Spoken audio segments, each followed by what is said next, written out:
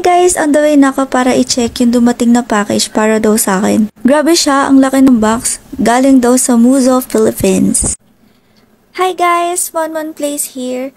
Una sa lahat, maraming salamat Muzo, Philippines. Tara, samahan niyo ako i-unbox to guys. Let's go!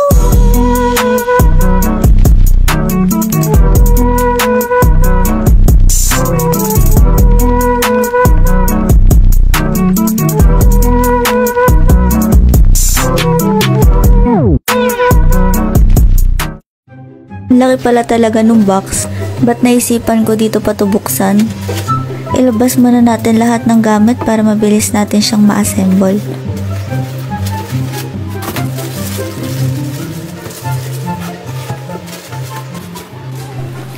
I need some help. We got yarn. Mga screw pala ang laman nito kaya ang bigat. So maalis na natin lahat. Ang bigat. Ewan ko sa tuwing nakakakita ko ng box na attract akong pumasok sa loob. Tanggalin muna natin itong box at mag-start na tayong mag-assemble. So nakita ko na yung mga screws. Ikabit muna natin yung mga gulong. Isunod natin yung paglalagyan ng upuan. Tabi muna natin siya. Kanina ko pa hinahanap tong manual, andito pala.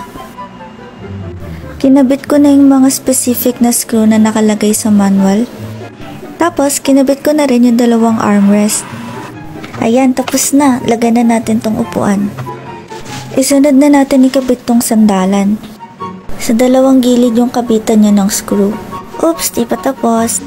Ilagay na natin yung cover dito sa gilid para sa mga screws. So, ayan na. Tapos na. So, trinay ko na nga umupo.